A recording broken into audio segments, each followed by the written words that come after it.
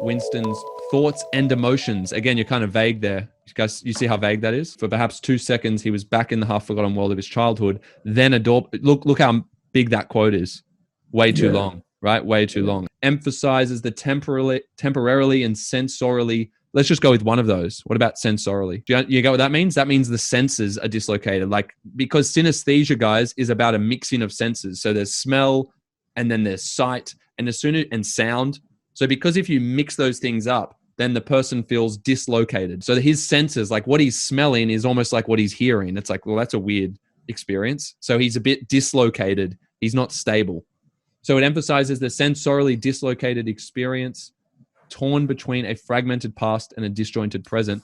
Yes, but of who? Of Winston? Okay, let's just make this a bit simpler. Okay, so then a doorbell. The nostalgic undertone plays into this. So why don't we use that at the front? So characterized, or this is a time, by the way, I think it was Oscar who might have said it before, but we can say reinforced here because we're talking about how the macro reinforces the micro in the same sentence. So reinforced by the nostalgic undertone. You haven't used that yet, have you? See that? Now that's your link. You don't need the contextual thing. So don't always do the context, but you want to make sure you do it once or twice in each paragraph. Yeah. If you're not doing context, you're doing form. You've got to have at least one of each. Reinforced by the nostalgic undertone of the novel, Orwell uses low modality. Now you've done two techniques kind of bundled together. Does everyone see that who's watching? Orwell uses low modality and synesthesia. So ideally, we don't want to do the end there. He uses low modality in depicting, reinforced by that, the low modality of the synesthesia, right? Which is like a blend, right? Why don't we say Winston's low modal? See how I'm changing modality to modal?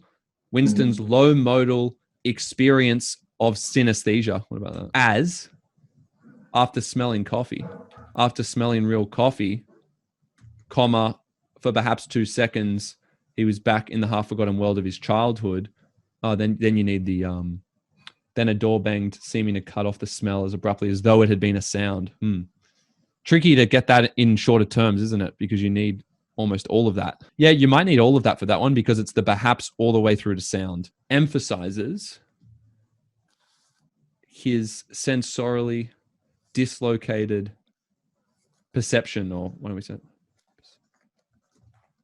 Perception. His sensorily dislocated perception, torn between a fragmented past and a disjointed present. Okay, cool. So in the context of struggle, that's him struggling to just know that the general point here is that he is struggling to retain a sense of psychological stability. Do you see that? That's the overall struggle you're exploring there. So just so you know how that pieces together with other things.